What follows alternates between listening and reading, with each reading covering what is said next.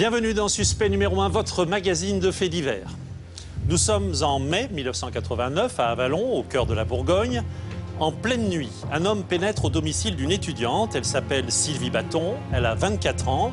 Et comme sa mère l'expliquera plus tard aux enquêteurs, la jeune fille a peur de vivre seule chez elle. Le lendemain, son corps sans vie est découvert dans sa baignoire. L'enquête piétine. La famille de la victime multiplie alors les appels à témoins à la télévision, mais en vain. L'affaire prend alors une tournure internationale. On interroge tous les fichiers d'Interpol dans lesquels sont stockées les empreintes génétiques des délinquants sexuels de 43 pays. Mais malgré tout, il faudra attendre 22 ans pour que toute la lumière soit faite sur ce crime, et grâce notamment à des preuves retrouvées dans les sous-sols du palais de justice d'Auxerre. Voici donc l'affaire Sylvie Baton, un si long mystère de Luc David.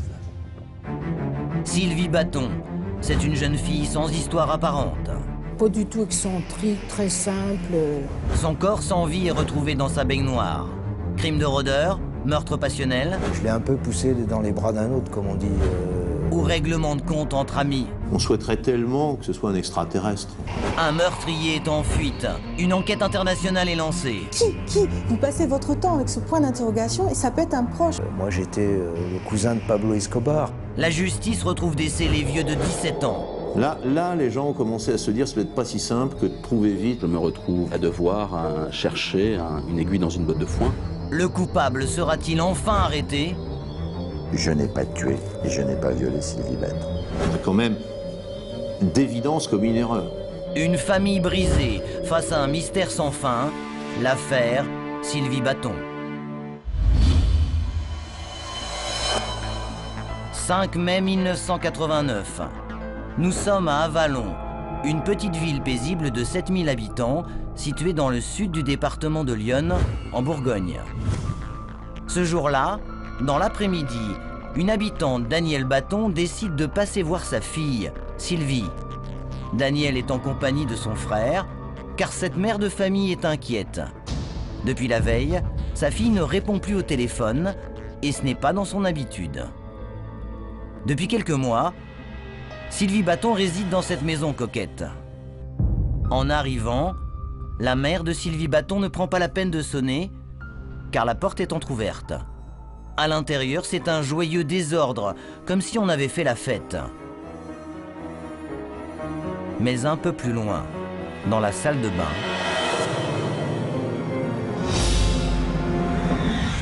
dans la baignoire, la mère découvre le corps inanimé de sa fille.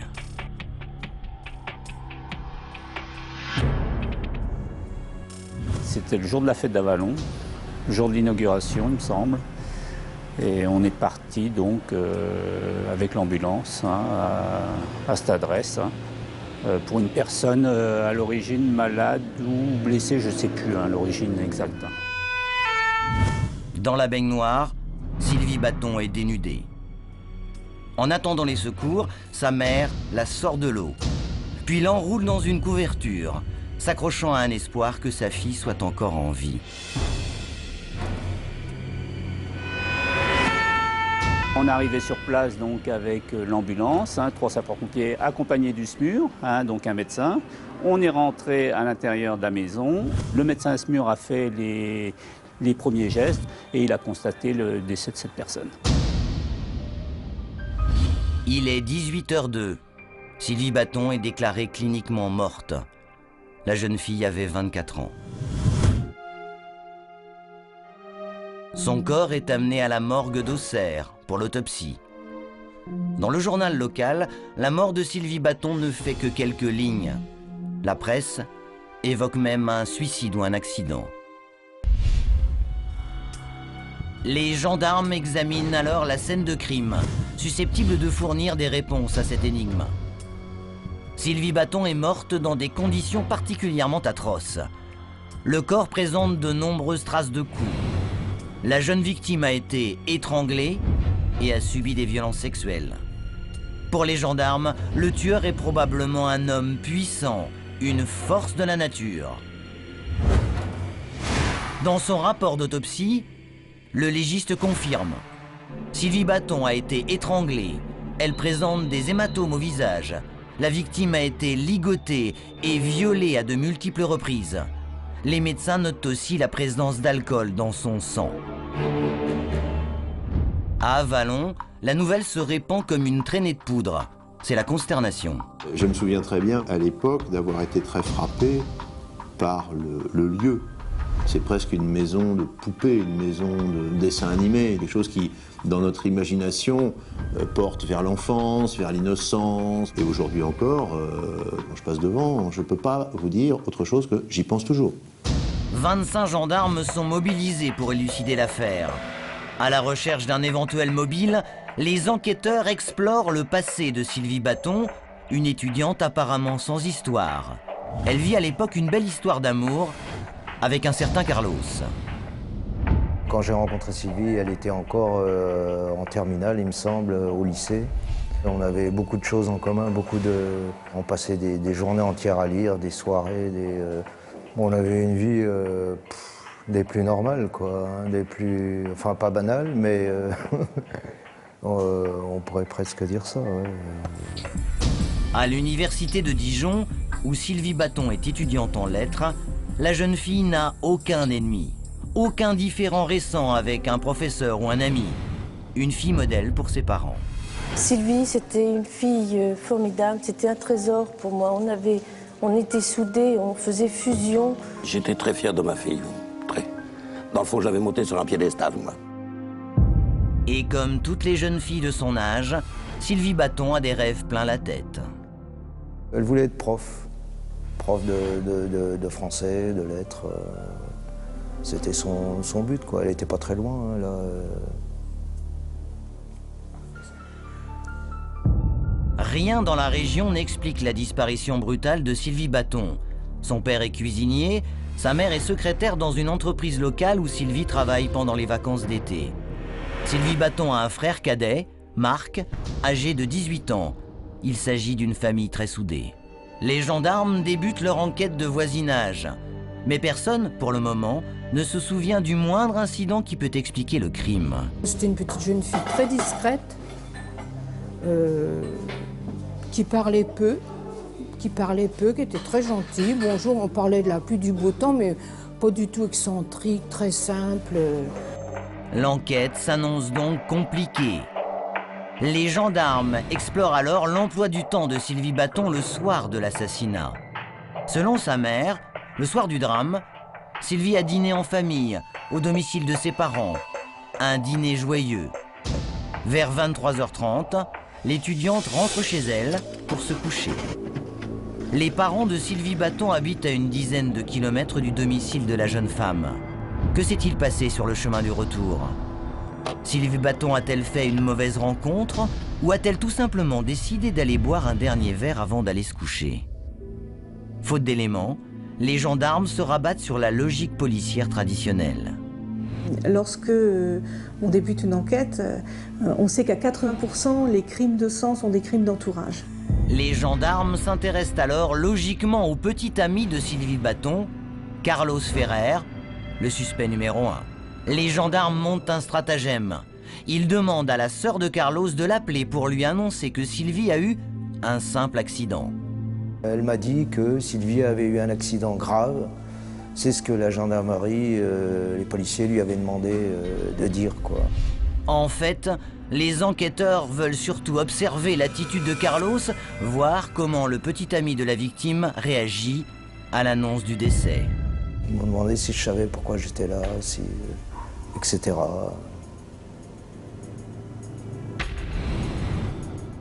Quand ils m'ont annoncé qu'elle avait été assassinée, ça a été un choc terrible, mais tout explose dans la tête et mais il fallait que je reste un minimum lucide parce que on a continué à m'interroger encore pendant des heures, quoi. Et ça a été très dur. Face aux enquêteurs, Carlos s'accroche désespérément à son alibi. Il n'était pas à Avallon le jour du drame. Quand c'est arrivé, j'étais au Portugal, quoi, parce que ma mère avait besoin que j'aille la rejoindre parce qu'elle faisait des travaux dans la maison, elle s'en sortait pas toute seule, quoi. Sans responsabilité apparente, Carlos Ferrer n'est pas retenu plus longtemps en garde à vue. Dans le cercle des proches soupçonnés, c'est maintenant au tour de Marc Baton, le propre frère de Sylvie, la victime, d'être entendu. C'est quelqu'un de passif, quelqu'un de secret, un homme de bois, un homme de champ, champ la terre, alors que sa sœur était une fille de livre, une fille studieuse. Ils sont un peu l'opposé. Sylvie, c'était l'intello, lui, c'était le manuel. Mais ça ne notait pas une grande complicité entre eux et beaucoup de sentiments. Ils étaient quand même toujours un peu dans des rapports un peu tendus, quoi, tous les deux. Marc, le frère de Sylvie Baton, a également un alibi. À l'heure du crime, il était chez lui avec sa femme. Il est relâché par les enquêteurs pour l'instant. La presse de son côté met la pression. L'enquête piétine, la psychose s'empare d'Avallon. Il faut donc trouver un coupable, et vite. J'ai le souvenir d'une société qui voulait savoir. Cet événement avait fait irruption d'une manière très brutale et on voulait savoir qui et quoi et comment, et pour essayer presque, j'allais dire, d'exorciser. Dans la maison de Sylvie Baton, un élément étonnant intrigue les enquêteurs. Les fils du téléphone ont été coupés. Pourquoi? Par qui? Sylvie serait-elle tombée dans un piège? Les gendarmes notent aussi qu'au moment du drame, la porte de la maison est restée ouverte, sans trace d'effraction. Sylvie Baton connaissait-elle son assassin? Lui a-t-elle ouvert la porte?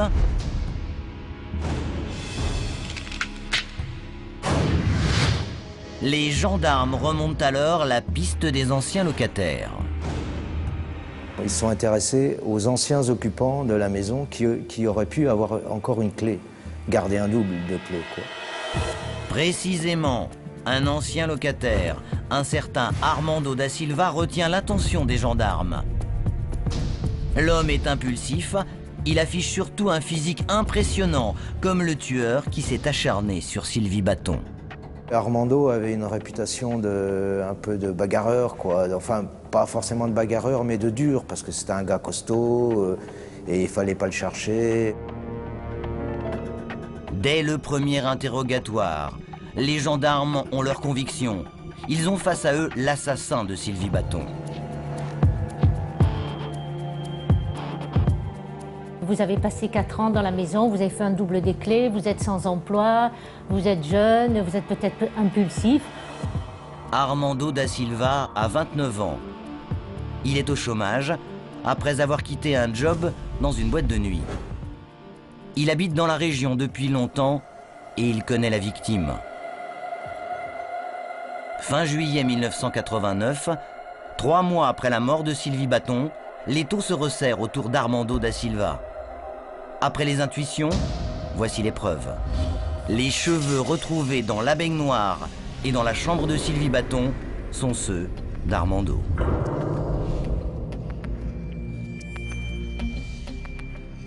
Un principe de base, c'est quand vous rentrez dans un endroit, vous laissez des traces, et quand vous sortez de cet endroit, vous emmenez des traces de cet endroit. Donc forcément, la trace du tueur, elle est là. L'affaire était affreuse. Monsieur da Silva, il avait ses cheveux dans la maison de Sylvie Baton. Il avait habité là, ça ne pouvait être que lui. Le rapport des experts indique que le taux de corrélation entre les cheveux retrouvés et ceux d'Armando est de 83%. Face aux experts, Armando nie être l'auteur des faits. Il peine à expliquer pourquoi un de ses cheveux est retrouvé sur la scène de crime. Il concède aux gendarmes que Sylvie Baton est une connaissance, mais sans plus. Selon ses déclarations, le soir du drame, il était chez lui avec sa femme qui va confirmer son alibi. Et si Armando disait la vérité, les analyses à l'époque étaient-elles vraiment fiables? Quoi qu'il en soit, l'homme est mis en examen. Le 24 juillet 1989, Armando da Silva est incarcéré à la prison d'Auxerre. Pour la première fois, Avallon respire enfin. 3 mois après le drame, l'assassin présumé de Sylvie Baton est derrière les barreaux. On se dit, on a trouvé quelqu'un. Donc c'est une forme de réponse à la question, il faut trouver vite. C'est quelqu'un qu'on connaît. Enfin... À partir de là, on cherchait vraiment lui reprocher quelque chose. Donc on pensait peut-être, on voulait vraiment, excusez-moi le terme, le charger. Il manque effectivement aux enquêteurs le mobile du crime. Que faisait Armando da Silva dans la maison de Sylvie? Pourquoi est-il passé voir Sylvie Baton, sachant que ce soir-là, son petit ami Carlos était au Portugal? Pour les enquêteurs, le crime passionnel ne fait plus aucun doute. Rien n'aurait permis de penser dans la vie d'Armando da Silva, la vie apparente, on ne sait jamais la vie cachée des gens, en définitive, qui puisse tromper sa femme avec une jeune fille comme Sylvie Baton. Avec le temps qui passe, le doute s'installe. Tous ceux qui connaissent Armando ne peuvent imaginer qu'il a le profil d'un tueur ou d'un violeur. Ma fille, à l'époque, elle avait 18 ans, donc elle commençait à sortir et tout. Et comme j'aimais pas qu'elle rentre toute seule, c'est Armando qui toujours me la redéposait devant chez moi le soir. Il n'y a jamais eu de soucis, jamais rien. Malgré les preuves et les traces d'ADN, la population refuse obstinément de croire à cette histoire de crime passionnel. Il y avait beaucoup de gens dans Avallon qui étaient persuadés de son innocence, énormément. On souhaiterait tellement que ce soit un extraterrestre. Pas nous, pas quelqu'un qu'on connaît, pas... Vous voyez, ça, oui, c'est aussi, ça fait partie de l'exorcisme des crimes. On voudrait que ce soit des gens très particuliers, très autres, pas loin, voilà. Nous sommes en janvier 1991. Sylvie Baton est morte depuis presque 2 ans. Du fond de sa cellule, Armando da Silva hurle son innocence, même si tout l'accable. Le prisonnier change alors d'avocat. Il s'entoure d'un des ténors du barreau, Maître Lombard, et sa fille, Martine. Les 2 avocats, père et fille, se passionnent pour ce dossier. À leurs yeux, il s'agit d'une erreur judiciaire. Reste la preuve irréfutable qui accuse leur client. Les cheveux d'Armando da Silva sur le lit de la victime. Ça faisait à peu près 14 mois qu'il était incarcéré. On trouve enfin un laboratoire qui procède à une nouvelle expertise avec des moyens extrêmement pointus. Mais l'expertise à l'époque coûtait très cher puisque c'était pas une expertise habituelle, si vous voulez. Et là, les experts ont conclu au fait que ce n'était pas un cheveu de M. da Silva. 18 mois après son incarcération, Armando est finalement relâché, faute de preuves évidentes, mais il n'est pas totalement blanchi. Il reste toujours mis en examen, inculpé à l'époque, pour homicide. Une décision totalement incompréhensible aux yeux des proches de la victime. Ah bah lui, il a été détruit. Heureusement qu'il y avait sa femme, je pense, hein, et puis ses proches qui le soutenaient. Et moi, je me souviens plus du malaise après que du soulagement au moment. Voilà. Avallon, c'est quand même, c'est assez petit, si vous voulez. Tout le monde était au courant qu'il était soupçonné du meurtre de Sylvie Baton. Ça a été extrêmement dur pour lui. C'est sûr que ce genre d'épisode, si vous voulez, ne donne pas l'impression d'une enquête sereine et déterminée qui aboutit à coup sûr. Là, on n'est pas dans le domaine d'Hercule Poirot. Là, on a quand même d'évidence comme une erreur. Pour Roger et Daniel Baton, les parents de la victime, la justice des hommes est difficile à comprendre. Pourquoi Armando est-il libre alors qu'il reste mis en examen? Pourquoi les gendarmes ne parviennent-ils pas à boucler leur enquête? La justice a-t-elle quelque chose à cacher? Les parents de Sylvie Baton vivent toujours dans l'angoisse et l'incompréhension. Alors quand une enquête n'aboutit pas, que vous ne savez pas ce qui se passe dans votre dossier, que la justice ne vous tient pas au courant, qu'il ne se passe plus rien, que le juge ne vous parle plus, bon, d'abord il y a toute l'angoisse qui peut être liée à ce vide, à cette absence d'information. Là, les gens ont commencé à se dire, ça peut être pas si simple que de trouver vite quelqu'un qui. Qui? Vous passez votre temps avec ce point d'interrogation et ça peut être un proche, mais c'est terrible de penser qu'on peut vivre avec le criminel au quotidien. Dans la détresse, les parents de Sylvie Baton doivent résister aux sirènes des faux espoirs. Et puis, il va y avoir les voyants qui vont apparaître, les médiums, les faux témoins. Alors là, les esprits se sont complètement déchaînés. On a dit tout et n'importe quoi. Des ragots, des rumeurs, Pourtant, ils vont relancer l'enquête. 6 ans ont passé depuis le meurtre de Sylvie Baton. À Avallon, les gens se mettent à parler. Et la rumeur de la ville évoque même un règlement de compte dans le milieu de la drogue. Sylvie Baton ne serait pas la jeune étudiante timide et sérieuse que l'on imagine. Elle aurait une double vie. Sylvie ferait du trafic de stupéfiants et recevrait chez elle des toxicomanes. Des rumeurs insupportables pour les parents de Sylvie. Ils décident alors de participer à une émission de télévision pour relancer l'enquête et faire taire les ragots. On a fait le tour un peu de tout ce qui a pu être dit ou évoqué. Est-ce que vous avez envie de dire une dernière chose? Je voudrais dire une dernière chose, c'est que quand un assassin comme ça, ou quand des assassins tuent une personne, ils ne tuent pas une personne, c'est une famille entière. Et ma famille, c'était mon mari, mes enfants. J'ai mon mari, mon fils, mais ma fille me manque terriblement. Cette émission n'a fait qu'alimenter encore plus les rumeurs autour de la drogue. Moi j'avais pas voulu y participer. On n'avait rien à dire, c'était rajouter du fantasme au fantasme. Au lendemain de l'émission Témoin numéro 1, tout l'Avallonnais avait sa pierre à porter à l'édifice et à téléphoner pour donner des détails ou faire des témoignages dans l'espoir d'avoir une heure de gloire. Comme il n'y avait rien, je crois qu'ils ont fini par donner foi aux rumeurs, quoi, malheureusement. L'émotion qu'a suscité ce meurtre dans une toute petite ville comme ça, forcément, à un moment donné, laisse la place aux rumeurs les plus folles. Ce serait certainement pas passé comme ça à Marseille ou à Paris. Donc il fallait trouver une explication. Le lendemain de l'émission, les gendarmes recueillent les fruits de la délation. Parmi des centaines de coups de téléphone, un appel retient leur attention. Une habitante d'Avallon le jure. À l'époque, elle venait avec son frère se fournir en drogue chez Sylvie Baton et son petit ami Carlos. Ce témoin affirme même y avoir rencontré Georges, le frère de Carlos.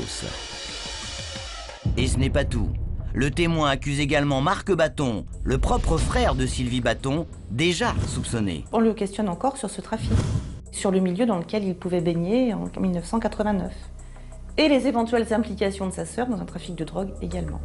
On allait tous dans les mêmes cafés, donc forcément on était tous copains. La carapace finit toujours par tomber à un moment ou à un autre. On était tous sous pression. Carlos, Georges son frère et Marc Baton, le propre frère de la victime, sont placés en garde à vue. Et si le trafic de drogue était à l'origine de l'assassinat de l'étudiante? Et on a trouvé, entre guillemets, à se mettre sous la dent uniquement que l'existence d'un groupe de copains au milieu duquel circulent de temps en temps des joints. L'interrogatoire ne mène à rien, car le témoignage recueilli après l'émission de télé est flou et les déclarations de l'accusatrice incohérentes. Ils se sont rendus compte qu'elle fabulait totalement. Derrière ce énième rebondissement se cache en fait une banale histoire de vengeance familiale. Son but, c'était se venger de son frère et de le mêler à une histoire de trafic. Et en fait, nous, on n'avait rien à voir dans l'histoire, quoi. Faute de preuves, Carlos, son frère Georges et Marc, le petit frère de la victime, sont finalement relâchés et totalement blanchis. Les gens racontaient un peu n'importe quoi et il leur fallait, je pense, à tout prix, un coupable. Voilà. J'ai eu très peur que ça s'arrête là, vu qu'ils avaient vraiment exploité à fond l'hypothèse du trafic de drogue et que ça n'amenait nulle part, à zéro, à rien. Moi, j'avais qu'une hantise, c'est que le dossier soit clos. Ouais. 16 ans après le meurtre de Sylvie Baton, à Avallon, plus personne ne croit que le meurtrier sera un jour démasqué. Et pour cause. À l'époque, dans le département de l'Yonne, les affaires de disparition mystérieuses se multiplient. Le spectre du tueur en série, Émile Louis, qui n'est en rien concerné par cette affaire, plane encore sur la région.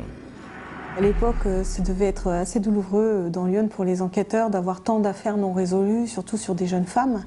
C'était quand même un sacré constat d'échec. Le rapport du Conseil supérieur de la magistrature qui avait été effectué à l'époque de l'affaire Émile Louis, mais qui englobait toutes les affaires, y compris l'affaire Baton, nous indiquait qu'il y avait 0,00% de résolution d'affaires criminelles sur les femmes à Auxerre. Des femmes qui disparaissent, aucune arrestation. En septembre 2005, alors que personne ne croit plus en rien, un nouveau magistrat, un homme déterminé, le juge Pratt, reprend tout le dossier. Quand j'arrive à mon cabinet en septembre 2005 à Auxerre, j'ai une 60-70 dossiers en cours d'instruction, dont un vieux dossier qui remontait à 1989, qui était une affaire non résolue, l'affaire Sylvie Baton. Ma prédécesseuse m'avait laissé d'ailleurs un petit mot, un post-it, en disant qu'on pouvait renvoyer le dossier chez le procureur de la République pour clôturer l'affaire. Et à ce moment-là, nous étions en plein dans les affaires Fourniret, donc 2004-2005. Le ministère de la Justice, la chancellerie, avait demandé à l'ensemble des juges qui avaient des affaires criminelles non résolues de procéder à des recherches dans les archives de ces dossiers pour vérifier si on ne trouvait pas l'ADN de Michel Fourniret. Et c'est ainsi que le dossier Sylvie Baton n'a pas été clôturé, mais qu'il est resté ouvert. Surnommé le monstre des Ardennes, Michel Fourniret est un violeur et un tueur en série. Enfin une nouvelle piste dans le meurtre de Sylvie Baton. Lui, c'était un prolo de base qui est devenu, à la force du poignet, contremaître. Pour comprendre la personnalité de Michel Fourniret, revenons quelques années en arrière, avant la mort de Sylvie Baton. Nous sommes en 1987. À la prison de Fleury-Mérogis, Michel Fourniret purge sa peine pour une quinzaine d'agressions et de viols sur des jeunes filles. À sa sortie, sa femme, Monique Olivier, est à ses côtés. Il démarre une nouvelle vie. Quand Michel Fourniret sort de prison, il s'installe avec Monique Olivier à Saint-Cyr-les-Colons, dans une petite maison, dans Lyon. Or, le village de Saint-Cyr-les-Colons est situé à une demi-heure de route seulement d'Avallon. Le couple est discret et semble mener une vie des plus banales. Il projette d'ouvrir un gîte rural. Mais un soir, sur les routes de Lyon, Michel Fourniret récidive. Avec la complicité de sa femme, il viole et tue une jeune lycéenne d'Auxerre. C'est la première d'une longue série de victimes. Les enquêteurs se demandent si Michel Fourniret ne serait pas le chaînon manquant dans l'emploi du temps de Sylvie Baton. Aurait-elle croisé le couple diabolique le soir du crime ? Reste un petit détail qui ne colle pas. Chaque criminel en série a son mode opératoire, il a son fonctionnement, sa façon de tuer. Mais dans leur mode opératoire, il y a quelque chose qu'ils font systématiquement sur toutes les victimes, qui est le fruit de leur histoire. En réalité, ce mode opératoire peut évoluer. Donc on peut tuer de plusieurs façons. Fourniret tue de plusieurs façons. Il a laissé certaines de ses victimes dans l'eau, dans une baignoire et dans une maison de cette façon-là, jamais. Pas de chance pour les enquêteurs. Michel Fourniret n'est plus dans Lyon au moment des faits. L'hypothèse du monstre des Ardennes s'efface d'elle-même. Désormais à la recherche d'un tueur en série, les enquêteurs élargissent le cercle des investigations. Ils font le rapprochement entre deux assassinats de jeunes femmes non élucidés. Le meurtre de Pascal Escarfaille à Paris et celui de Sylvie Baton qui habitait dans cette maison appartenant à cette même famille Escarfaille. Il se trouve qu'il y a une histoire extraordinaire, c'est que le petit pavillon dans lequel elle vivait appartenait à la famille d'une des victimes de Guy Georges. Guy Georges, le tueur en série, c'est lui qui a assassiné Pascal Escarfaille. Mais à ce moment-là, tout le monde l'ignore. Les enquêteurs vérifient alors s'il existe des points communs entre ces deux crimes. Les policiers de la brigade criminelle de Paris et les gendarmes d'Auxerre vont mettre en regard en fait les similitudes, les rapprochements éventuels sur ces deux meurtres. Nous avons retrouvé ce document d'enquête vieux de 20 ans. Sur ce tableau, voici les incroyables similitudes entre ces deux crimes. Dans les deux cas, la victime est une étudiante en lettres et à chaque fois, elle rentrait d'un dîner. Elles ont toutes les deux péri la nuit, visiblement entre 23h et minuit, et toutes les deux un jeudi. Toutes les deux, visiblement, ont dû ouvrir la porte à leur agresseur. En tout cas, il n'y a pas de trace d'effraction sur les portes. Et il y a encore plus troublant. Chez Sylvie Bâton, le fil du téléphone a été sectionné. Chez Pascal Escarfaille aussi. L'une a été assassinée à Avallon, l'autre à Paris, à 300 km de là.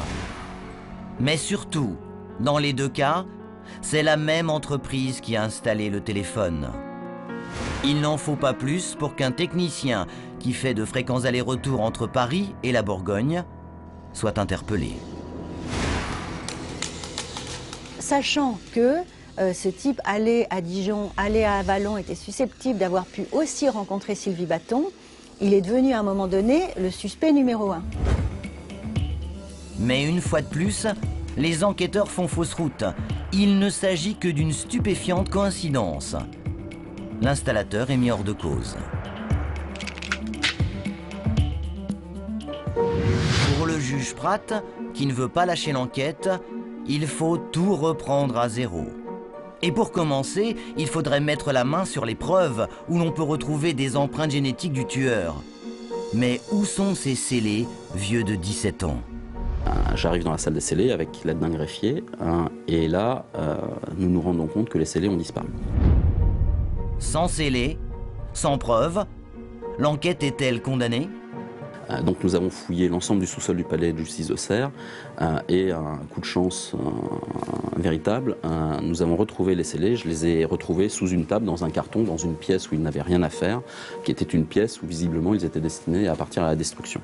Mais heureusement, ils étaient en excellent état, bien conservés, au sec et donc tout à fait exploitables. Il est allé chercher l'élément matériel, l'élément scientifique.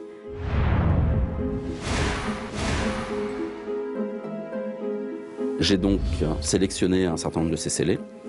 J'ai pris contact avec l'experte ADN avec laquelle j'avais l'habitude de travailler et je lui ai envoyé l'ensemble de ces scellés en lui demandant de faire le maximum pour essayer de les exploiter à nouveau et de trouver quelque chose. Voilà.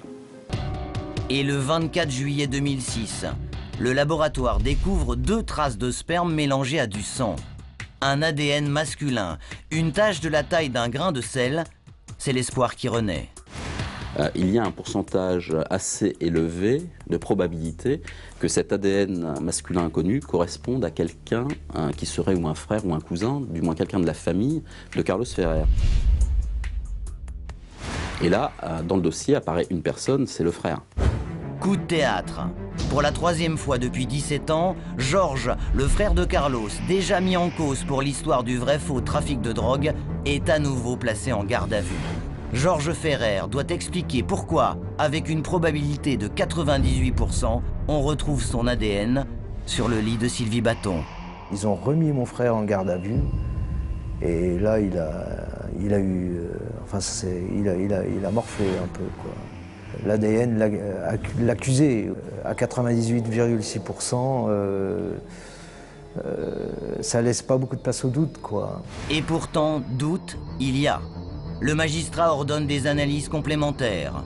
Les nouveaux résultats tombent et là, stupeur, l'ADN retrouvé sur la scène de crime n'est pas celui du suspect. Les fameux 98% étaient en fait une erreur de statistique. Georges, le frère du petit ami de Sylvie Bâton, est mis hors de cause. Cela permet au frère de M. Ferrer d'être totalement blanchi dans cette affaire-là. Mais, en tant que juge d'instruction, je me retrouve avec un ADN masculin inconnu, et à devoir chercher une aiguille dans une botte de foin. Le juge Pratt demande alors que cet ADN inconnu, retrouvé sur la scène de crime, puisse être comparé aux empreintes présentes dans le fichier national des empreintes génétiques. Au niveau national, c'est l'échec. La trace d'ADN ne correspond à aucun violeur ou criminel déjà identifié en France. J'ai appelé Interpol à Lyon en leur demandant de passer l'empreinte génétique à l'ensemble des 43 fichiers internationaux d'empreintes génétiques qui existaient, afin de voir si, par hasard, cette empreinte ne correspondait pas à quelqu'un de connu, puisque je partais du principe qu'au regard de la sauvagerie avec laquelle Sylvie Bâton avait été violée et avait été tuée, il n'était pas impossible que ce soit quelqu'un qui ait déjà commis ce type de fait. Déterminé à ne commettre aucun impair, le juge Pratt pousse Interpol à faire cette fois des recherches dans le monde entier. Et l'ADN va enfin parler. est désigné Ulrich Münstermann, un violeur en série incarcéré à perpétuité en Allemagne. Les analyses concordent cette fois à 100%. Concernant Ulrich Münstermann, les informations qui me sont transmises à ce moment-là sur son passé sont assez révélatrices. En 1980, il ressort de son casier judiciaire qu'il a commis un viol. C'était une Allemande, qui n'était pas une jeune Allemande, puisqu'elle avait 39 ans. C'était une femme qui faisait un jogging en forêt.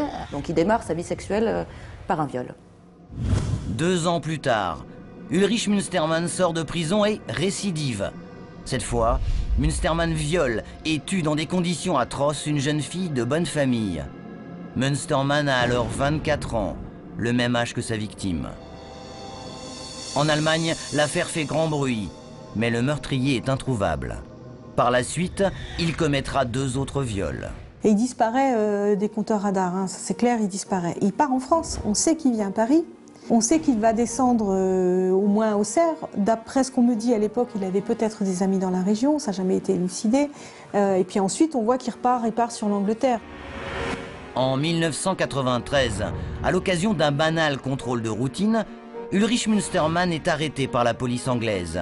Confondu par son ADN, il est le tueur et le violeur en série recherché par la police allemande. Il sera donc arrêté et extradé vers l'Allemagne à ce moment-là. En 2002, Ulrich Münstermann est condamné à perpétuité pour le meurtre et les viols commis en Allemagne. À l'évidence, on peut qualifier Münstermann sans prendre de risque, puisqu'elle a été condamnée pour plusieurs viols. Il s'agit d'un violeur en série. C'est donc une personne qui, pour moi, est très intéressante à interroger. Et c'est effectivement, en 18 ans, la première fois dans ce dossier-là que la justice française a une piste très sérieuse, avec des éléments matériels incontestables, pour interroger un suspect. Ulrich Münstermann est quant à lui extradé vers la France. Considéré comme un dangereux criminel, il est placé à l'isolement à la prison de Fleury-Mérogis. Et d'emblée, Münstermann clame son innocence. Mais il dit, moi j'ai jamais été dans cette maison, je ne suis pour rien dans ce viol et cette mort. Le passé judiciaire de Münstermann, les traces d'ADN qui correspondent à 100%. Le dossier est chargé, mais le juge Prat poursuit ses investigations. Obstiné, le magistrat cherche sans relâche de nouveaux éléments. Un juge d'instruction lance un appel à témoins pour retracer le parcours et d'éventuels crimes ou délits commis par un homme actuellement détenu à Fleury-Mérogis. Le juge cherche en fait à accumuler les preuves supplémentaires, des témoins, et pour cela, il va passer à la télévision avec une photo. Et qui circulait normalement dans un camping-car de type Volkswagen Combi, un modèle assez classique de couleur bleue. Largement relayé par la télévision, l'appel à témoins va porter ses fruits. À Avallon, il ravive des souvenirs chez la patronne du bar-restaurant. C'était le jour de la foire d'Avallon.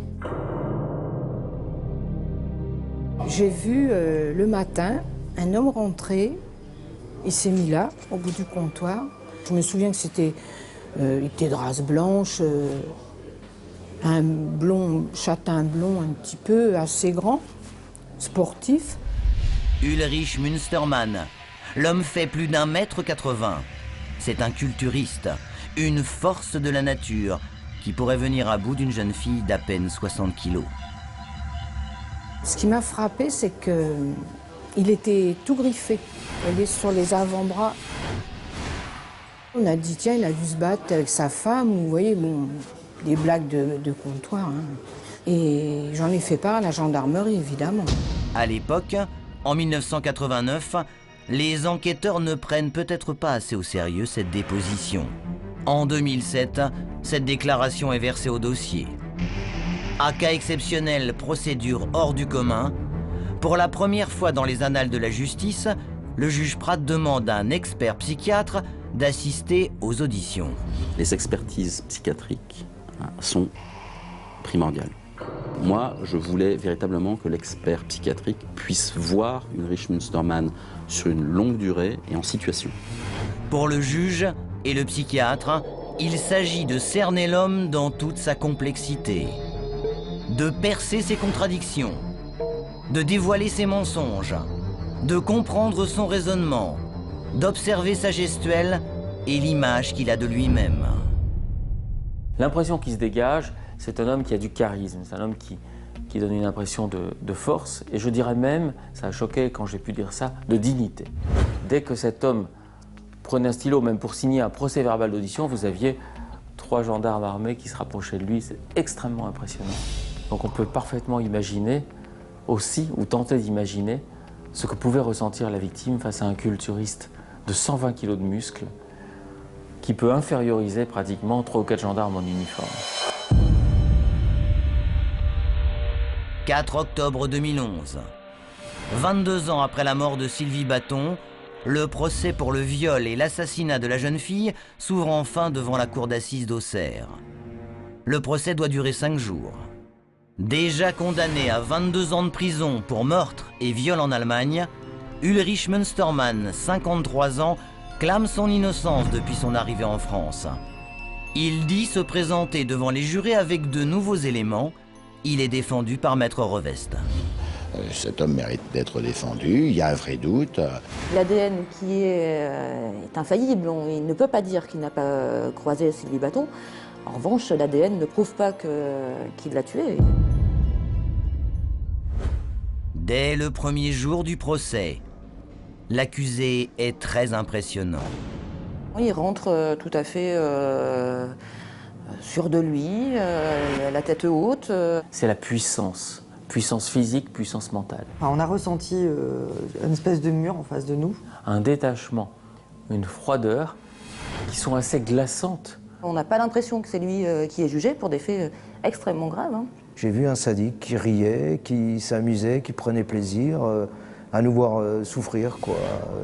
Il ne scie pas, il ne bronche pas, il est d'une souveraine indifférence. Indifférent ou pas, Münstermann va tout de même devoir s'expliquer sur son emploi du temps il y a plus de 20 ans. A-t-il croisé, oui ou non, la route de Sylvie Baton le 5 mai 1989 ? Ulrich Münstermann dit, depuis le départ, je n'ai pas tué et je n'ai pas violé Sylvie Baton. Ulrich Münstermann n'avoue qu'une seule chose. À l'époque, dit-il, c'est vrai, il est bien du côté d'Avallon avec son camping-car. En ce joli mois de mai, il visite la France. Un jour, il a eu envie de voir la Côte d'Azur en France, parce que la Côte d'Azur. Et donc, il a traversé la France pendant 15 jours, dit-il, avec son camping-car, en allant dans les campings. Il est passé vraisemblablement dans la région d'Avallon, sans d'ailleurs qu'il connaisse le nom de cette ville. Il y a couché au camping un soir, il y a rencontré dans ce camping une jeune fille. Pour lui, c'est une jeune femme qu'il a croisée, qui est venue, certainement de son point de vue, qui est venue le draguer. C'est elle qui a fait la démarche de venir le draguer parce qu'elle le trouvait si bel homme. Une jeune fille avec laquelle il a eu un rapport sexuel. Et puis qu'il s'est presque laissé faire dans le camping-car pour lui faire plaisir. Et puis la jeune fille est partie. C'est un peu sa version de l'affaire. Et il n'a jamais varié dans ses déclarations. Münstermann reconnaît donc une relation sexuelle, mais consentie, dans son camping-car avec une jeune fille. Était-ce Sylvie Baton? 22 ans après, il n'en a aucun souvenir. Pour les proches de l'étudiante, Münstermann cherche ainsi à salir la victime. Pour eux, cette thèse est absurde et insoutenable. Münstermann et son avocat, ils auraient dû se renseigner parce qu'une fille comme ça aurait existé dans la Vallonnée, une fille qui va draguer dans les campings à minuit, qui baise avec Pierre-Paul Jacques, il n'y a pas d'autre mot, elle aurait été connue jusqu'au fin fond du Morvan. Dans le box, Münstermann veut préciser sa version. Et il raconte aux jurés que Sylvie Baton ne serait pas venue dans son camping-car pour le draguer, mais pour toute autre chose. C'est la thèse de Münstermann qui dit que Sylvie Baton serait venue au camping le soir du meurtre pour chercher de la drogue et que c'était ça la raison de sa venue au camping. Et Sylvie parlait surtout parfaitement l'allemand. Reste à trouver une ultime parade pour Münstermann. Comment l'accusé peut-il justifier cette preuve qui l'accable, une goutte de sperme sur le lit de la victime? Il comprend que son ADN puisse être trouvé sur le drap et sur la couverture de cette jeune fille, parce qu'il a eu une relation sexuelle non protégée avec elle. Mais en gros, ce qu'il dit, c'est effectivement, j'ai eu un rapport sexuel avec une Française. J'ai pas pensé à récupérer mon sperme quand elle est partie. Donc elle est peut-être tombée sur un salopard. J'ai rien à voir avec tout ça. Ça supposerait que Sylvie Baton ait eu la malchance, dans une petite ville comme Avallon, de tomber sur 2 tueurs à quelques heures d'intervalle. C'est vraiment... pourquoi pas, hein, mais c'est quand même... Dans sa défense, Munsterman explique avoir eu une relation sexuelle dans le camping-car. Une relation non protégée. Voilà comment, selon lui, une goutte de sperme aurait pu passer des vêtements de Sylvie Baton à la couverture de son lit. Bref, Munsterman tente de convaincre la cour que le véritable assassin court toujours. Il est capable d'instiller le doute, avec une sorte de déni massif et cynique. Les jurés vont-ils douter comme le souhaite l'accusé? Peut-être, car du côté de l'accusation, on est bien incapable de produire des témoins crédibles. 22 ans après, les souvenirs se font rares. Puis alors moi, ce qu'il y a, c'est que je ne l'ai pas reconnu du tout au tribunal. Comment se construit une certitude autant d'années après? Parce qu'en fait, c'est vieux, hein. C'est trop vieux. Et moi, j'ai un peu focalisé, je m'étais à l'époque focalisée sur les bras. Je n'avais pas trop regardé son visage. Si je devais témoigner de choses qui se sont passées en 89, que j'ai faites moi-même, j'aurais bien du mal à me souvenir si je l'ai fait, si c'était le matin, si c'était au mois de mai, si c'était au mois de juin, si c'était en 89 ou en 90. La défense de Munsterman fait savoir qu'aucune empreinte digitale, aucune trace de pas n'a été retrouvée sur la scène de crime. Un meurtre d'une rare violence, car la victime a été frappée, ligotée, violée, étranglée. Comment expliquer dans ces conditions qu'on ne retrouve qu'une minuscule trace de sang et de sperme mêlés? Il faut savoir que lorsqu'on découvre un corps, quasi toujours, la scène de crime a été modifiée. Munsterman aurait-il pu prendre le temps d'effacer toutes ces traces? Est-ce possible? Il y a quand même nécessairement plusieurs endroits d'interrogation.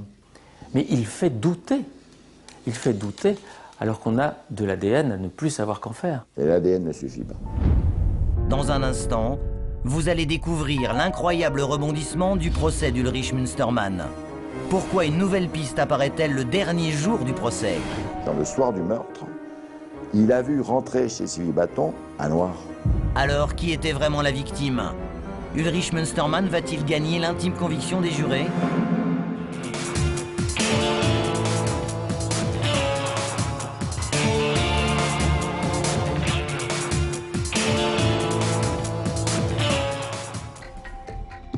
Cour d'assises de Lyon.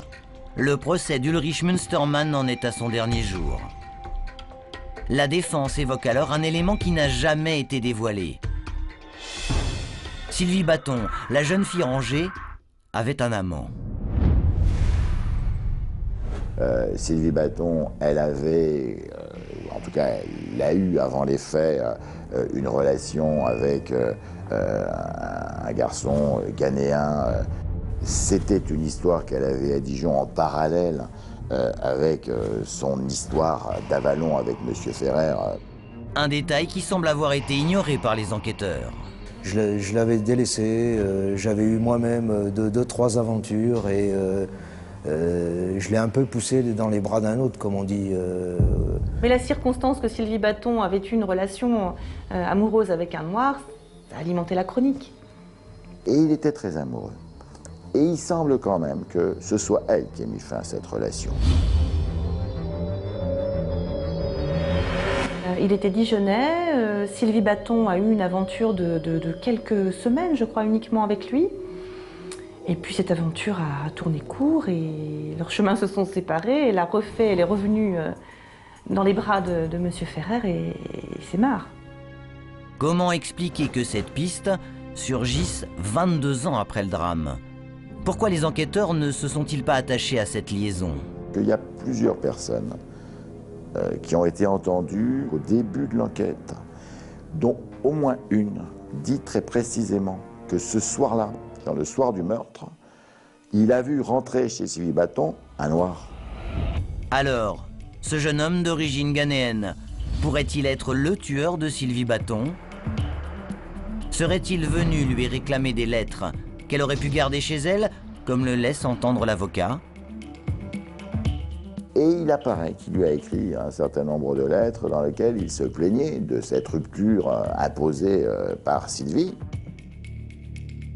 Quand on lit ces lettres, les lettres qu'on a retrouvées chez Sylvie Bâton, qui sont des lettres qu'il lui adressait à elle et qu'elle avait gardées, oui, il y a des formules qui sont des formules qu'on peut interpréter comme des menaces. Ça, c'est très clair. Les formules, non, je ne peux pas le supporter, je n'accepte pas, il faut faire attention, en gros, la vie est fragile. S'agit-il d'une menace? Voulait-il attenter à la vie de Sylvie Bâton? Pour les avocats qui défendent les proches de la victime, cette histoire de lettres et d'amant ghanéen ne vaut rien. Pour eux, il s'agit d'une manœuvre de dernière minute, une manipulation grossière pour embrouiller les jurés. Et c'est un peu, à mon avis, une stratégie pour tenter de se disculper, d'échapper à sa responsabilité pénale. Mais ce deuxième homme, on n'en a jamais trouvé la trace. Et c'est pas parce qu'il y a des lettres qui sont dites à l'audience que ça change quelque chose. Il existe même un gros doute sur l'existence de ces courriers, qui n'auraient jamais été retrouvés. Les avocats qui défendent les proches de Sylvie Bâton sont ulcérés. Ils ne comprennent pas pourquoi cet élément n'apparaît que dans les derniers instants du procès, au moment de la plaidoirie de Maître Revest, le défenseur de Munsterman. Il faut savoir qu'on nous a évoqué ces pistes au cours de la plaidoirie, on n'a pas évoqué ça au cours de l'audience en elle-même. J'ai essayé d'exprimer les choses telles que je les ressentais, avec mon métier, mes mots, mon cœur d'avocat. Je crois que Maître Revest a entretenu la confusion volontairement pour continuer à mettre le doute, mais ça n'a absolument rien à voir, quoi. Mais que va peser cet argument de dernière minute alors qu'aucun dossier ne confirmant les faits n'a été appelé et que les lettres ne sont pas dans le dossier? Pour Carlos, la ligne de défense de Munsterman ne tient pas, et cela pour une bonne raison. Au moment des faits, Sylvie ne voulait pas avoir de relations sexuelles pour une raison intime que seul Carlos connaît. Sylvie, à l'époque, quand ça s'est produit, elle venait d'avorter très peu de temps avant. C'était un avortement qui a été très dur. Physiquement et psychiquement, elle n'était pas bien. Après 5 jours de débat, les jurés se retirent pour délibérer et répondre à cette question. Ulrich Munsterman a-t-il violé et tué Sylvie Bâton? Pour Carlos, l'ex-petit ami de la victime, l'heure du verdict approche. Moi, personnellement, j'ai été complètement traumatisé et je le suis encore. On n'est pas sorti de tout ça, quoi. Et ça fait 22 ans que ça dure, quoi. 4 heures plus tard, fin des délibérés. Le verdict tombe. Ulrich Munsterman est reconnu coupable pour le viol et l'assassinat de Sylvie Bâton. Il est condamné à la peine maximum, la perpétuité assortie de 22 ans de sûreté. Pour la mère de Sylvie Bâton, cette condamnation est un soulagement. C'est difficile à imaginer pour nous qui n'y avons pas été confrontés, mais 22 ans, c'est énorme. C'est le temps de la vie de Sylvie Bâton. On essaie de se mettre à leur place et je ne sais pas comment ils ont fait pour tenir. Ulrich Munsterman fait immédiatement appel. Un nouveau procès devrait se tenir dans les mois à venir. Le système pénal n'a jamais eu pour objectif de réparer les douleurs. Ça laisse un goût d'inachevé parce que tout le monde s'attendait 22 ans après quand même à avoir au moins quelques explications. Alors Munsterman va juste esquiver à un moment donné de dire que c'est peut-être Sylvie Bâton. Il va dire le nom à un moment donné de Sylvie Bâton alors qu'il avait toujours dit c'est une Française que j'ai croisée. Mais c'est très peu pour la famille qui attendait quelques explications. À la sortie du tribunal, la mère de Sylvie Bâton n'a plus son mari à ses côtés. Le père de la victime est décédé en 2005. Il est mort pensant peut-être que Marc Bâton, son propre fils avait peut-être tué sa sœur, Sylvie Bâton.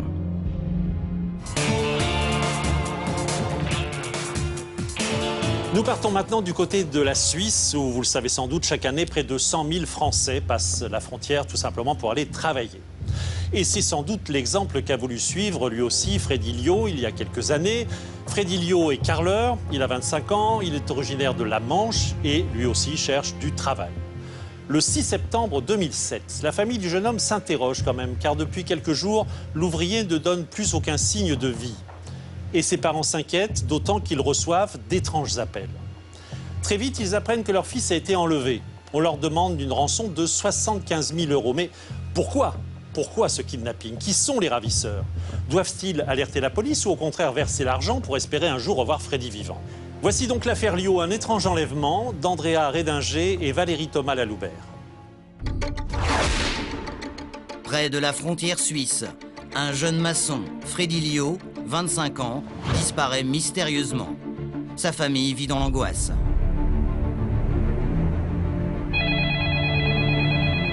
À l'autre bout du fil, un inconnu réclame une rançon. Il m'a dit, si vous voulez revoir votre fils vivant, c'est 75 000 €. On voit ça dans les films, mais on se dit, c'est pas possible que ça se réalise chez nous. C'est pas possible. Alors, qui a bien pu enlever Freddy? Qui peut en vouloir à ce jeune maçon? C'était quelqu'un qui travaillait bien, qui avait une bonne cadence, qui se plaignait pas. Vraiment quelqu'un de très gentil. Gentil, sociable et travailleur. C'est vrai que c'est un truc qui me... Je comprends pas. Fou d'inquiétude, ses parents se lancent à sa recherche. Ils se rendent d'abord chez lui, en Suisse. Avant de rentrer dans la chambre, j'avais du mal. Hein. J'avais peur de le retrouver mort dans sa chambre. Qu'est-ce que j'avais peur? On était complètement en état de choc total. Freddy Liot est-il vivant, mort ou séquestré?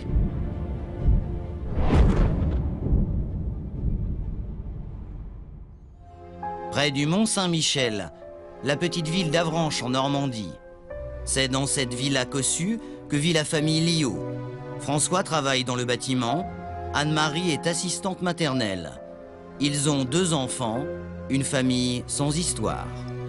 Pourtant, en septembre 2007, ce couple bien tranquille va vivre un épouvantable calvaire. Leur fils cadet, Freddy, disparaît.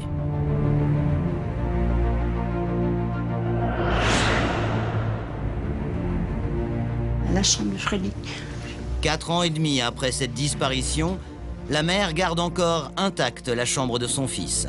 Je rentre dans sa chambre, je sens son odeur. C'est dur pour moi. Et quand je regarde les affaires, je ne peux pas. Alors, que s'est-il passé? Pourquoi Freddy n'a plus donné aucun signe de vie? Où peut-il bien être?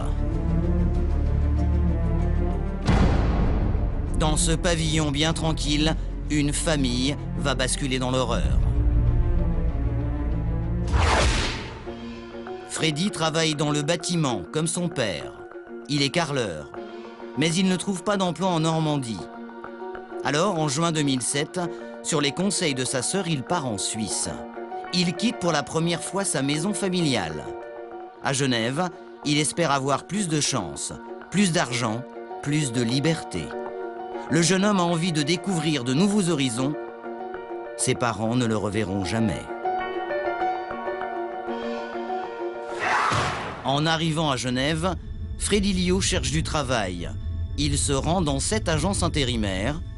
Patricia, une employée, se souvient très bien de leur rencontre.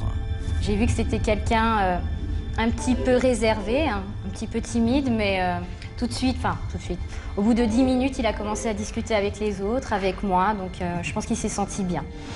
Freddy démarre très vite un chantier. Ses collègues l'apprécient, tout semble aller pour le mieux. C'était quelqu'un qui travaillait bien, qui avait une bonne cadence, qui ne se plaignait pas. Vraiment quelqu'un de très gentil. Gentil, sociable et travailleur. Le jeune homme trouve un petit studio meublé de l'autre côté de la frontière, à Annemasse, en France. Sa vie lui plaît, mais il n'oublie pas ses parents. Il les appelle tous les jours, jusqu'au 3 septembre 2007. Depuis 3 jours, Freddy ne donne plus aucun signe de vie. Ses parents tentent désespérément de le joindre. En Normandie, la famille se ronge les sangs. Freddy a toujours donné de ses nouvelles. Ce n'est pas un garçon à problème. Et c'est vrai que Freddy, c'est toujours les mêmes choses qui reviennent. Toujours. Que c'était quelqu'un de gentil, généreux, de confiance, des fois un peu timide, réservé. C'est vrai que c'est quelqu'un qui était très gentil, qui tendait la main à tout le monde.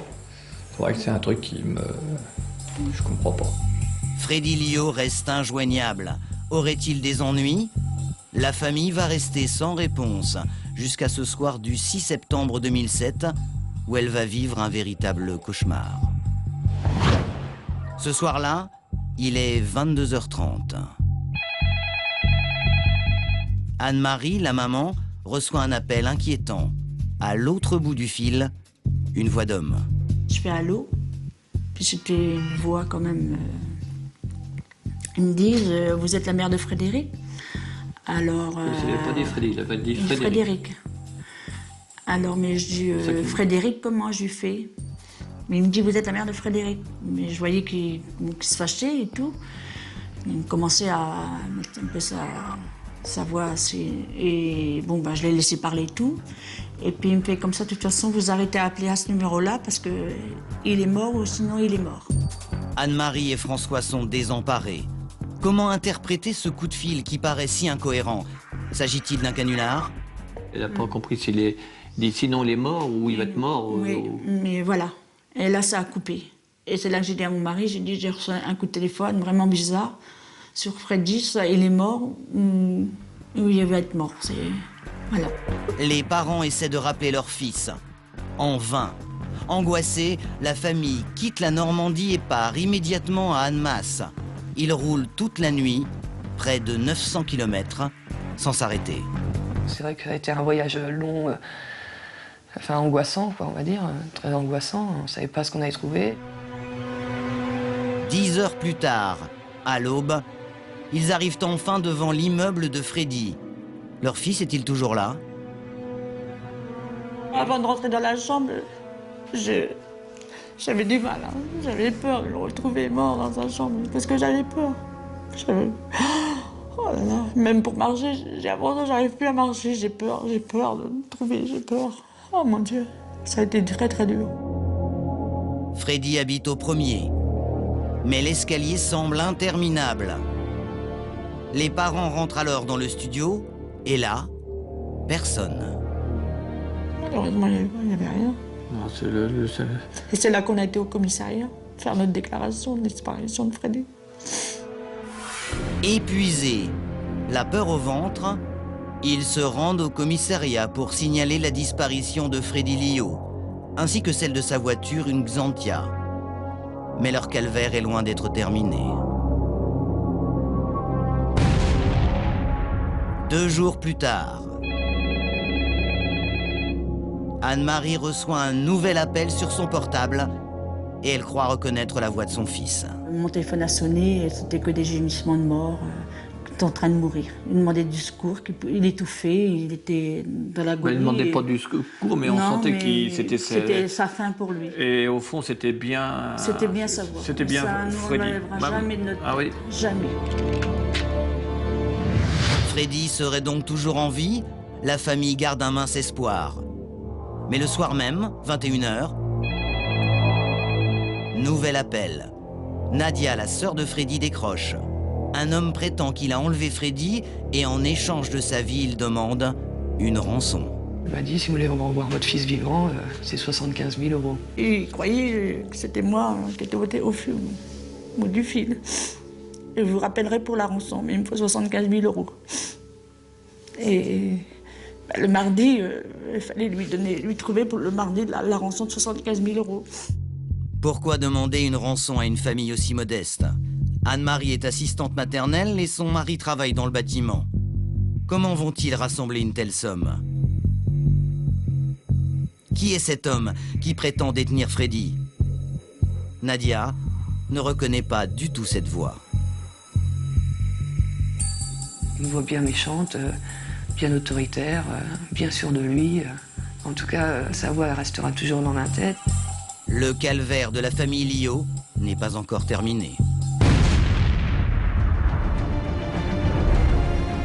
Le lendemain, 10 septembre, la voiture de Freddy, la Xantia, est retrouvée carbonisée et maculée de sang. Des expertises sont faites. Il s'agit bien du sang de Freddy. Les chances de le retrouver en vie s'amenuisent. Plus qu'il y avait de la progression, plus que ça partait, ça devenait de plus en plus inquiétant, puis ça donnait de moins en moins d'espoir. Et on était complètement en état de choc total. La police judiciaire prend l'affaire en main et décide de placer toute la famille sur écoute au cas où le ravisseur rappellerait.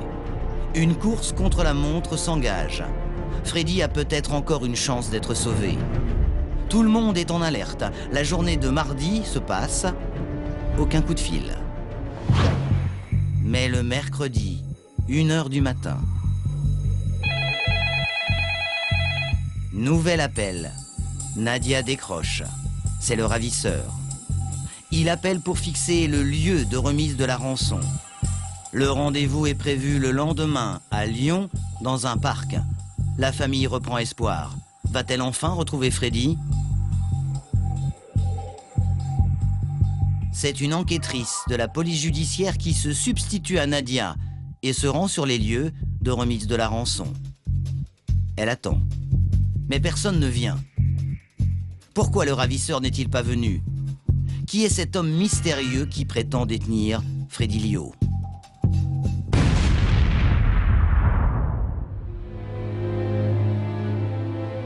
Le lendemain, 16 septembre, la famille Liot va connaître le pire. Cette fois, ce sont les enquêteurs qui les appellent. Un tronc, un bras, une jambe ont été retrouvés dans une rivière. Les expertises ADN sont formelles. Il s'agit bien de Freddy Liot.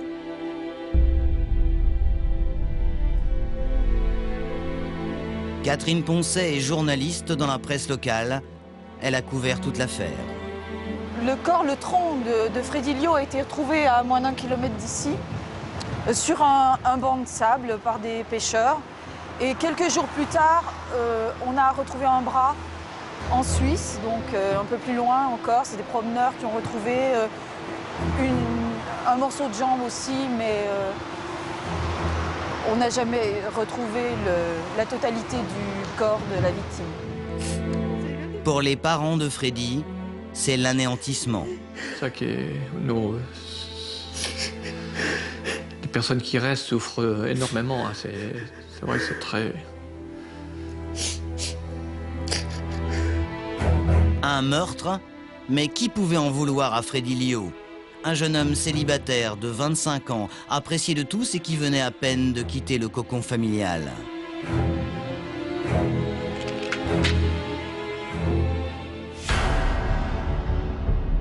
Côté enquête, la police judiciaire a peut-être une piste. Car en examinant les derniers appels passés par Freddy, les policiers ont identifié un homme. Un certain Karim, 28 ans, un collègue de travail. Les policiers le retrouvent chez son ex-femme à Saint-Étienne. Karim est placé en garde à vue.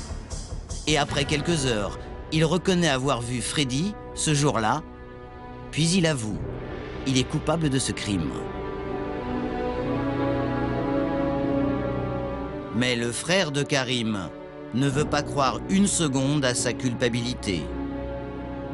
Karim n'aurait jamais pu commettre un tel meurtre.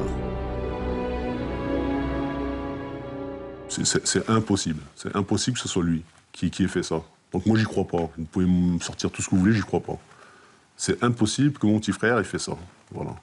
C'est quelqu'un dont les faits qui lui sont reprochés ne collent pas avec la personne. J'espère que la juge d'instruction en est consciente. Karim, c'est mon petit frère. On est une famille de 8 personnes, 8 enfants plutôt. C'est l'avant-dernier de la famille. C'est une personne qui est très famille. Il est papa de 2 enfants. Voilà, c'est un jeune sans problème, c'est quelqu'un de complètement ordinaire.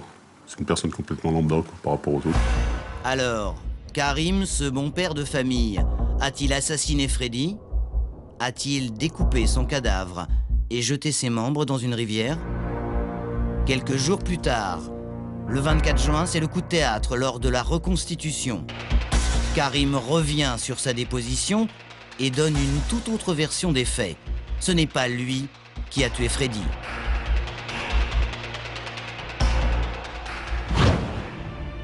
Il raconte. Le soir du drame, il avait donné rendez-vous à Freddy dans son appartement pour boire un verre. Karim revendait occasionnellement du cannabis, mais il ne l'avait pas dit à Freddy. Or, ce soir-là, 2 hommes sont arrivés à l'improviste réclamant des stupéfiants et de l'argent. Ne trouvant ni l'un ni l'autre, ils s'en prennent à Karim. Freddy s'interpose. L'un des hommes le tue. Karim aurait assisté au meurtre, impuissant, sous la menace d'un revolver. Les 2 hommes l'auraient ensuite forcé à appeler les parents de Freddy pour exiger une rançon. Mais qui sont ces 2 hommes? Mystère. Le frère de Karim croit à cette nouvelle version. Il m'a sauvé la vie, entre guillemets, quoi. Il m'a dit, parce qu'il ne serait pas intervenu, on ne sait pas ce qui serait passé. Il m'a dit, ça va à une vitesse dingue. Ils parlent entre eux dans une autre langue, je comprends rien de tout ce qu'ils me disent. Moi, je suis à genoux et un pistolet sous, pas entre guillemets, la tempe, mais bon, qui me vise. Je pensais vraiment qu'il allait y passer. On espère la fin du cauchemar, tout simplement. La fin du cauchemar, que la vérité éclate, que les coupables soient retrouvés. Voilà, quoi. Ces 2 hommes existent-ils vraiment? Si les policiers ne retrouvent aucune trace de leur passage, pour l'avocat de Karim, l'enquête est loin d'être terminée. J'espère que d'ici là, les enquêtes qui auront été diligentées nous auront permis, sinon d'identifier les 2 auteurs, en tout cas de démontrer la réalité de la présence de ces 2 auteurs, pour que l'on puisse enfin répartir véritablement la culpabilité, la responsabilité de chacun dans ce drame, et surtout la participation de mon client à sa juste place. La famille de Freddy est convaincue que ces 2 hommes n'ont en fait jamais existé. Karim les aurait imaginés pour se disculper. Le meurtrier, c'est lui. Qui a tué Freddy? Karim ou 2 mystérieux trafiquants de drogue? Le procès permettra peut-être de faire la lumière.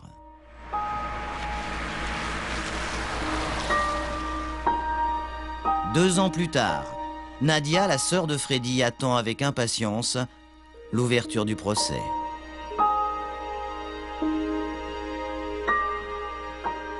C'est qu'il mérite justice par rapport à tout ce qu'il a pu subir et qu'on l'a empêché de fonder une famille, on l'a empêché de faire une vie, on lui a enlevé tout ça.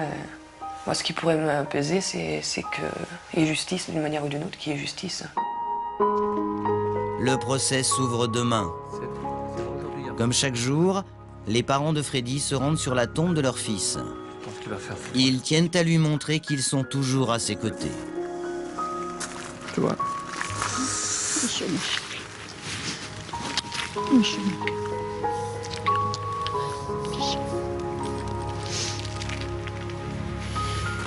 Beaucoup de personnes là, qui se battent pour toi. Mon chéri. On se bat parce qu'on sait qu'ils nous diraient papa et maman, battez-vous. C'est vrai que tant que c'est pas fini, qu'on sait pas, il faut toujours se battre. Parce que j'espère que la justice, si justice est faite, après, faut faire un trait puis essayer de reprendre la vie. Ouais, essayer. Tant bien que mal, on la Oui. reprendra tant bien que mal, parce que ça sera jamais comme avant. Non. Mais bon. Pareil. Allez, au revoir mon chéri. Demain. Allez. Bon, au revoir mon chéri.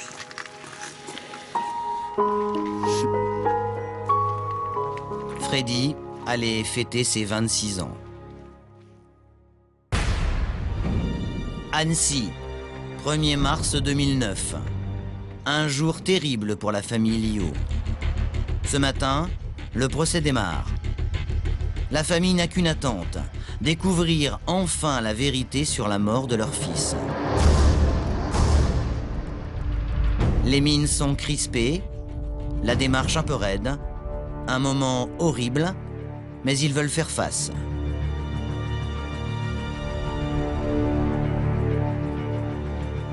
Dans le box des accusés, Karim, 31 ans, un maçon, père de 2 enfants sans aucun antécédent judiciaire.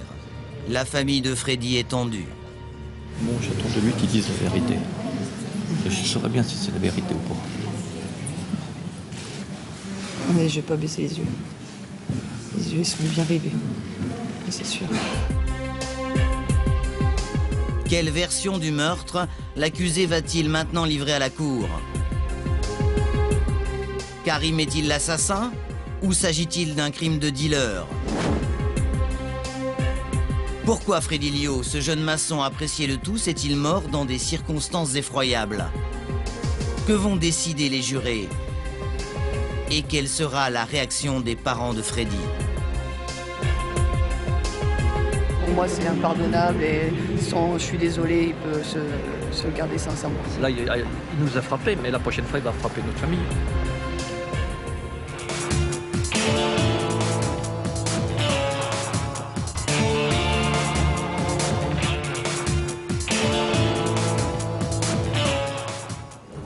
Dans le box des accusés, Karim, le jeune maçon accusé de l'assassinat de Freddy Liot, livre enfin sa version des faits. Une version qui fait froid dans le dos. Karim et Freddy se sont rencontrés sur un chantier et ils ont sympathisé. Freddy trouve qu'il a les cheveux un peu trop longs, alors Karim, pour l'aider à faire des économies, propose de les lui couper. Le 6 septembre, vers 17 h, Freddy rejoint Karim dans son appartement. Les 2 hommes discutent tranquillement lorsque Karim s'aperçoit que 450 € qu'il a laissés sur une table ont disparu. Il accuse Freddy. Freddy nie avoir pris cet argent. Le ton monte, c'est la bagarre. Karim s'empare d'un marteau et frappe Freddy à la tête. Karim avoue, c'est bien lui qui a assassiné Freddy. Pour se débarrasser du cadavre, il dépaisse le corps et le découpe avec un couteau et une scie. Il y a du sang partout. Karim met les différentes parties du corps dans un sac de sport. C'est à ce moment-là qu'il appelle une première fois la famille de Freddy.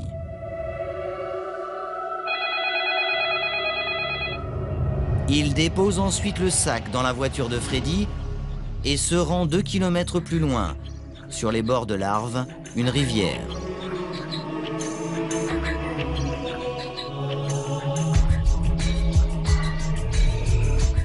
Minuit et demi, il se débarrasse du corps. Puis il abandonne la voiture de Freddy sur place en prenant soin d'enlever les plaques et de brûler le véhicule.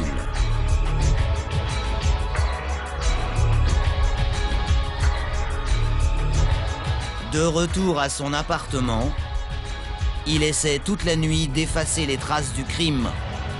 Il arrache le plancher et les tapisseries.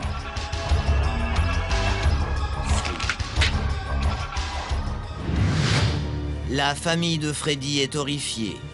Entendre ce récit dans les moindres détails est une souffrance terrible. La cour s'intéresse alors au mobile du crime. Karim aurait-il tué Freddy pour de l'argent? L'accusé explique qu'il a eu l'idée de la rançon pour mettre les enquêteurs sur une fausse piste. C'est uniquement parce que Freddy lui a volé 450 € qu'il l'a tué au cours de la bagarre. Mais la famille de Freddy refuse cette version. Pour elle, il s'agit d'un crime crapuleux. Vraiment, son but, c'était la rançon. Il a dit, c'est le moment, faut que je le fasse. Alors, il l'a tué, pour moi, il l'a tué par derrière. Et c'est clair et net. Et puis, il n'a pas eu de scrupule à... Freddy avait de l'argent dans ses poches, comme il avait fait des retraits avant et tout. Ça, c'est sûr, c'est prémédité. Il avait besoin d'argent, il avait besoin, il manquait d'argent. Il ment. Il ment, ça c'est sûr et certain. Déjà, Freddy n'aurait jamais volé d'argent. Déjà, donc on sait qu'il ment. Même si c'était vrai. Ce qui n'est pas le cas. Même si c'était vrai, ça ne valait pas tout ce carnage. Voilà.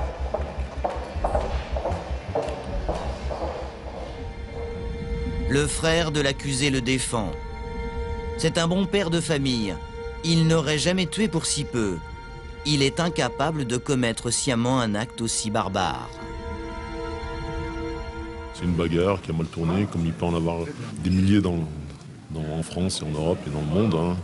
Ce qui est dramatique, si on peut en tirer une conclusion, c'est que ça peut strictement arriver à tout le monde, quoi. Les conséquences, c'est vrai, qui sont dramatiques derrière. Mais c'est une situation qui peut arriver à tout le monde. Donc si on peut en tirer des leçons, ce serait pas mal. Selon son frère, Karim aurait juste perdu son sang-froid et frappé Freddy. La Cour s'intéresse maintenant à la psychologie de l'accusé. Les psychiatres décrivent un homme immature, mais à l'intelligence normale. Il ne souffre d'aucune pathologie mentale pouvant expliquer la cruauté de ses actes. Plus étonnant encore, selon eux, Karim est une véritable énigme. Il certifie qu'il n'est pas dangereux pour la société. L'avocat de la défense souligne le décalage entre la barbarie des faits et la personnalité de son client. Je crois que tout le monde est frappé par la dissonance qui existe entre les faits qui sont reprochés à ce garçon et la personnalité qu'il arbore. Entendez par là qu'il se présente comme un garçon d'une grande banalité, pas violent, pas agressif, pas provoquant, qui a plutôt la tête basse, qui souffre énormément, et on souffrira moins que ça quand on est coupable et qu'on a conscience de la culpabilité de ce que l'on a fait, et qui aujourd'hui, évidemment, apparaît comme étant dans une démarche de repentance. Reste un mystère. Comment est mort Freddy? Seule l'autopsie de sa tête pourrait révéler la nature et la violence des coups reçus. Or, la tête du jeune homme n'a jamais été retrouvée. Aux questions de la cour, Karim répond que la rixe a été brève. Freddy l'aurait giflé après avoir été accusé de vol. Karim aurait alors perdu son sang-froid. Sous le coup de la colère, il aurait jeté Freddy au sol et lui aurait asséné un seul coup de marteau sur le crâne. La famille de Freddy ne croit pas à cette version. Pour elle, Karim a assassiné froidement leur fils pour empocher une rançon, une thèse impossible à vérifier, car Karim n'a jamais avoué où il avait caché la tête. Aujourd'hui, l'accusé s'adresse directement à la famille de Freddy. « Je suis désolé, leur dit-il, de la tournure horrible de cette histoire. Je suis l'auteur de ces actes. Cela fait 2 ans et demi que je me demande comment j'ai pu tuer, démembrer et demander une rançon, et je ne comprends toujours pas. »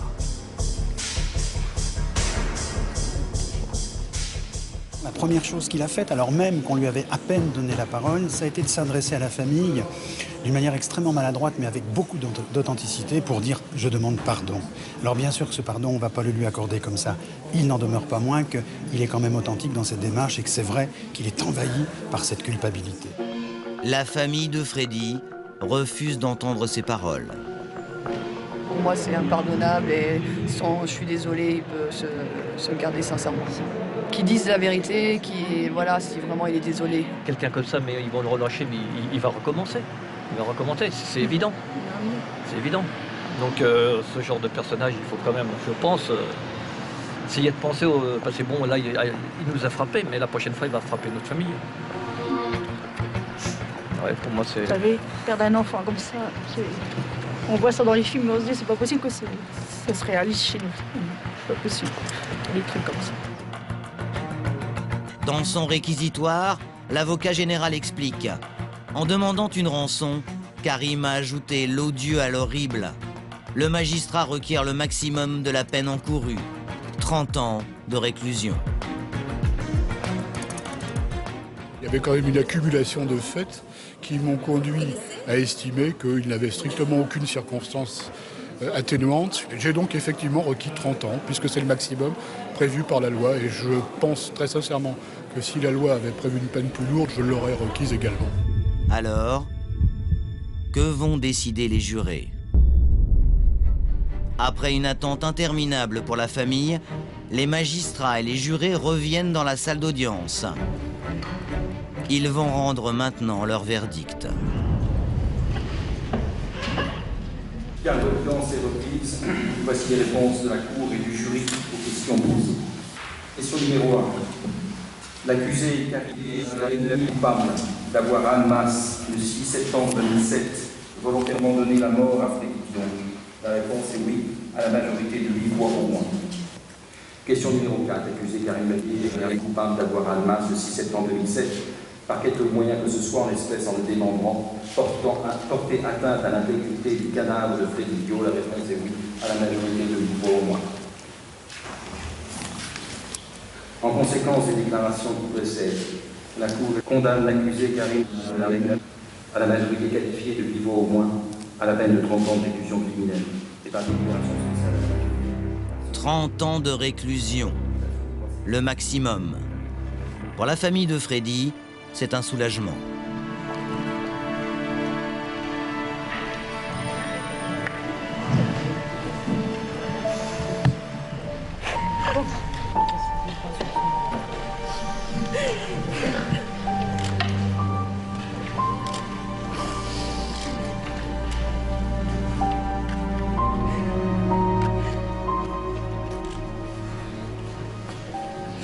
Très bien. Comment? Vous avez été compris. Oui. On a été compris, c'est surtout ça, oui. Oui, par le juré, pas mal de gens. Je pense que les gens, ils ont... Voilà, on a été compris. Ça ne nous ramènera pas, malheureusement. Voilà, ça nous redonnera pas notre fils, hein. Mon chéri, elle lui dit, au cimetière. La semaine prochaine, elle lui dit, on a gagné, mon chéri. Il s'est battu pendant 2 ans et demi, et puis... Voilà, t'as gagné, mon chéri.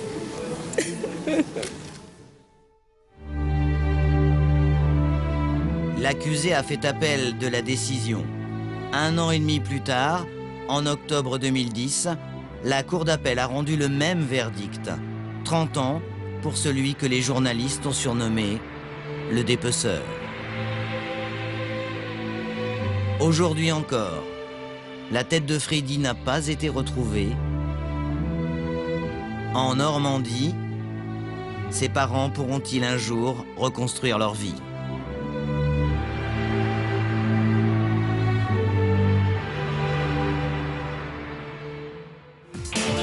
Suspect numéro 1 est maintenant terminé. Vous pouvez voir ou revoir ce magazine sur Internet. C'est sur le site de TMC. Merci de nous avoir suivis et à bientôt.